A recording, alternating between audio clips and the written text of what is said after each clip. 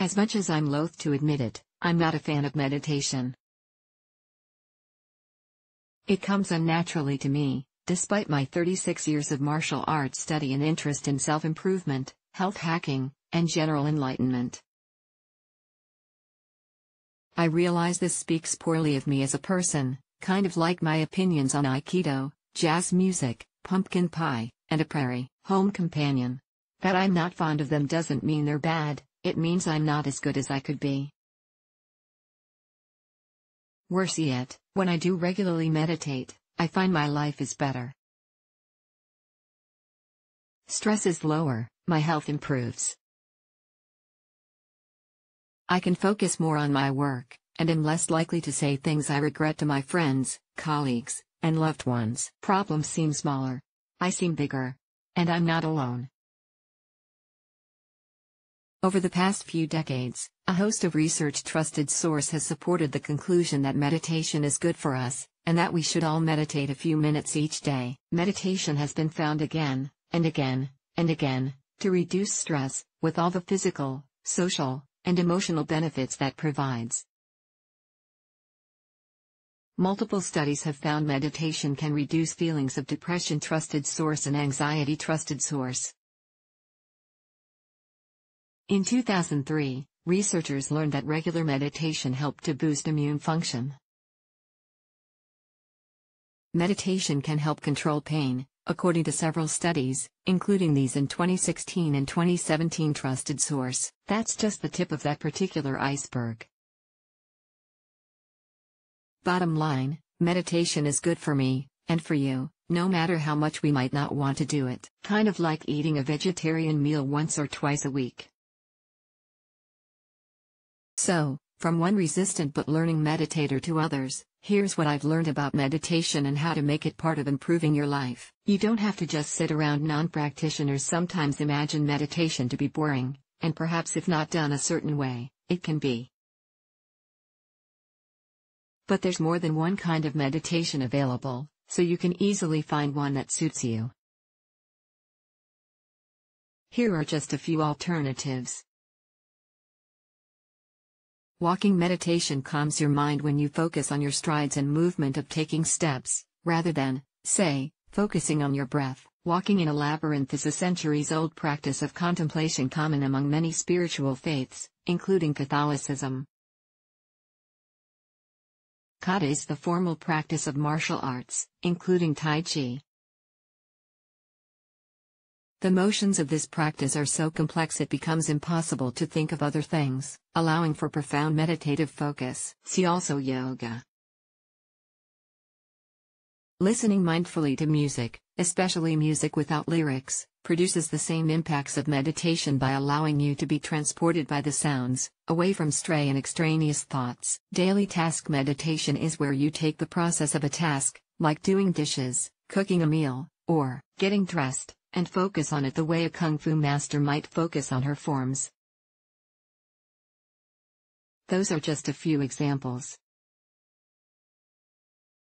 Other options for meditation include loving-kindness meditation, guided relaxation, breathing meditation, zazen sitting meditation, awareness meditation, kundalini, pranayama. The point is there's a kind of meditation that works well with your needs, tastes, and general outlook. It's just a matter of finding the right match.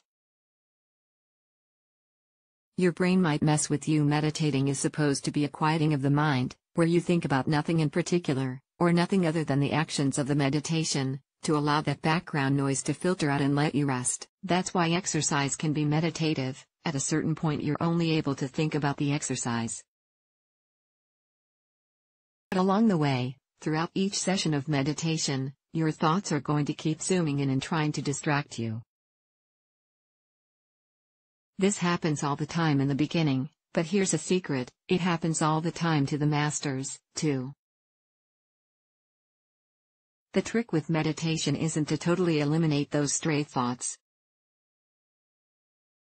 It's to let them pass through your mind without you grabbing hold of them. In the first stages of learning, you'll fail a lot of the time. You'll be meditating for a while and suddenly realize you stopped somewhere along the way. Think about your to-do list and what you're making for dinner that night. Eventually, that will happen less and less, and you'll start distracting yourself by getting frustrated that the thoughts intrude at all. You will ultimately be able to let them pass through and over you without taking root, so you can continue your meditation for as long as you wish. Speaking of as long as you wish, it doesn't have to be for very long. Yes, I read the stories about Gichin Funakoshi, aka the father of modern-day karate, meditating for an entire day while standing under a waterfall, and about retreats where people spend the entire weekend in some kind of a trance. And probably, some of those stories are true.